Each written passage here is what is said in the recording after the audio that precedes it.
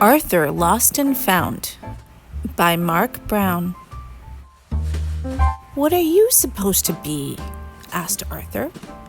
"I'm mashed potatoes," said DW, "in the Festival of Foods at school tomorrow." "Gee, too bad I have my swimming lesson," said Arthur. "You'll have to take the bus to your lesson," said Mom, "and I'll pick you up." "All by myself?" asked Arthur. "We've taken the bus before," said Mom. "You know how." "Maybe I'll ask Buster to come along," said Arthur. "Good idea," said Mom. On the way to school, Arthur invited Buster. "You mean the real bus?" asked Buster. "The one that goes all the way to the end of town?" "Sure," said Arthur. "We just pay our money and go." "Oh, I don't know," said Buster.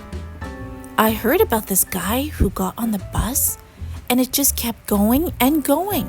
"Well, we can study for a science test and you can watch me swim," said Arthur. "It'll be fun." After school, Arthur and Buster waited at the bus stop. "Did you hear about the kid who didn't have enough money?" asked Francine. "The driver wouldn't let him off the bus." All of a sudden, Arthur didn't feel so well. "Here comes the bus," said Francine. "Good luck." "Exact change only," growled the driver. The boys paid him and quickly took their seats. "Want to study for the test?" asked Arthur. Not really," said Buster. Arthur took out his science book. "Chapter 6, read Arthur. "Habits of the clam." By the time the bus stopped, Arthur and Buster was sound asleep. "Last stop," called the driver. "Everyone out." "Oh, where are we?" asked Arthur. "Who knows?" said Buster. "I think we passed the swimming pool."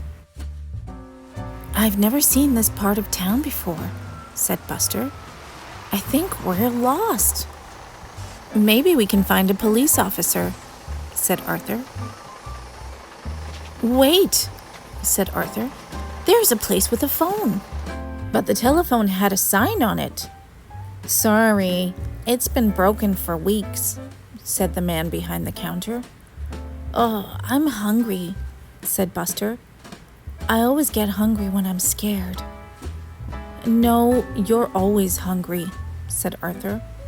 They bought 6 chocolate Winkies and 2 cans of strawberry soda and thought about what to do next. Meanwhile, back at home, the phone rang. DW ran to answer it. "Mom," DW yelled. "Did we lose Arthur somewhere?" "He's at the swimming lesson," said Mom. "In fact, it's almost time to pick him up." "Who is it?" "It's the man from the pool," said DW. "Arthur isn't there." "Give me the phone," gasped Mom. "What do you mean he's not there?"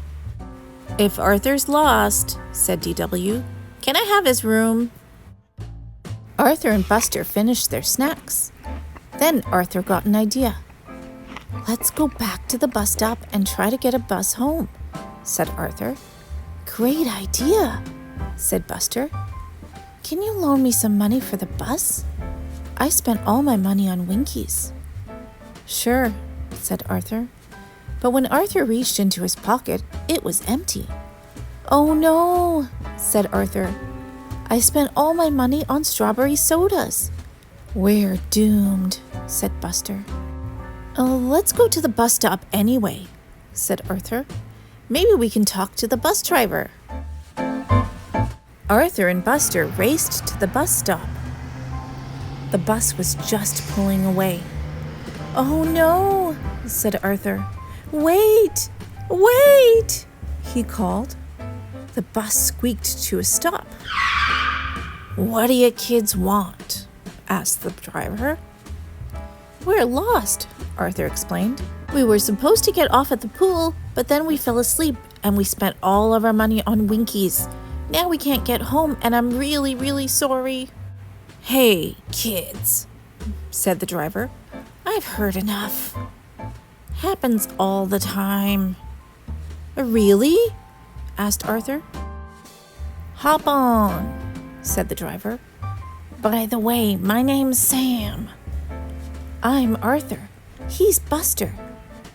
Let's make a quick stop and give your folks a call," said Sam, "just in case they're getting a little nervous." "Great idea," said Arthur. Sam stopped the bus right in front of Arthur's house instead of the corner. "Oh, thanks, Sam," said Arthur and Buster. "See you around," said Sam. Everyone on the bus waved goodbye. When Arthur opened the door, his family ran to give him kisses and hugs. DW was so happy that she hugged Buster too. "No kisses, please," said Buster. Arthur told his family everything that had happened. "I liked the part where you were lost best," said DW. "That's when I had a new bedroom." Then Dad gave Buster a ride home. That night, when both Mom and Dad had tucked Arthur into bed, he was very sleepy. "You were smart to figure out what to do," said Mom.